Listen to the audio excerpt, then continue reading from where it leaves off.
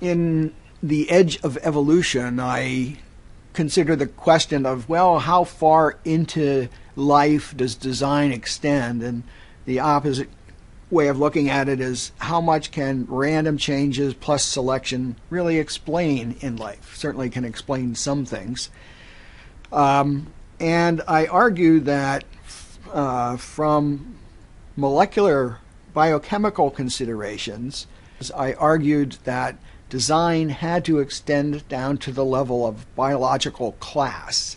And class is something like fish versus birds versus mammals and so on.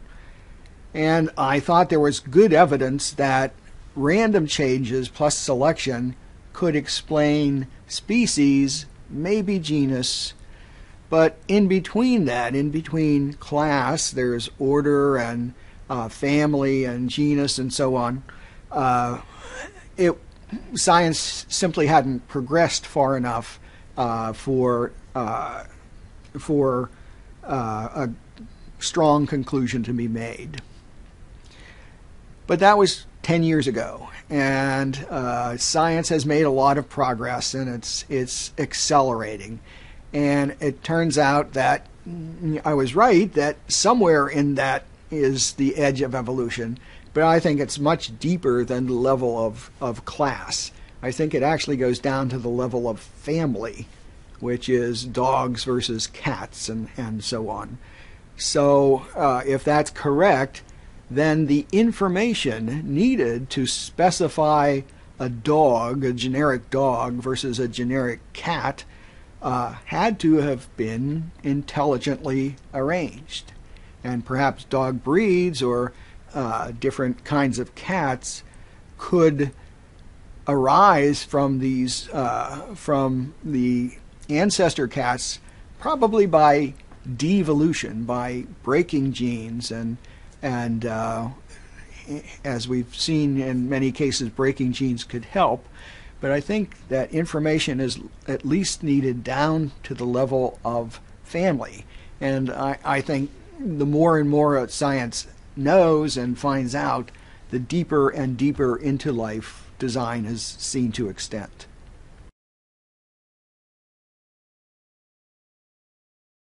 My first book, Darwin's Black Box, I pointed out a problem that most everybody senses but really didn't have a term to it yet. It was actually suggested by a man named St. George Mivart, who was a biologist writing 10 years after Darwin.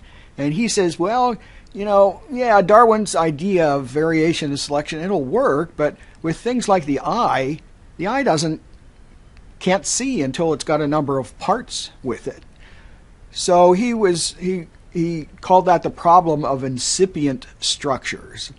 And I kind of extended the concept to a molecular level, because molecular machinery needs a number of different parts to work too. And I coined a term, irreducible complexity, to kind of focus light on that particular problem. And the term means that you've got a machine or a system or something that has a number of parts, and it needs all those parts to work. And if you take one away, the system can't work anymore. It can't be reduced. And an example I used was a mousetrap, a mechanical mousetrap. And in most mechanical mousetraps, they've got a handful of different parts, and if you take away one or more, then it simply can't work. You take out the spring, it's broken. You remove the little hammer that hits the mouse, and it's broken too. Well, Darwinists have, for the past 20 years or so, been trying to counter that argument, and they've offered a number of arguments, but in my completely unbiased opinion, they all fail. And one argument is that, well, the pieces of the mousetrap could be used for something else. So you don't have to have something that's working as a mousetrap right away. You could use things for other purposes, and then maybe they could come together. For example, one scientist in a debate, he said, well, we can use a mousetrap without what's called a holding bar to keep the keep the metal piece open. He said, I could use that as a tie clip. And as a matter of fact, he had it on his shirt as a tie clip just to emphasize his point. And he says, why, we could take the wooden base and we can use it as a paperweight.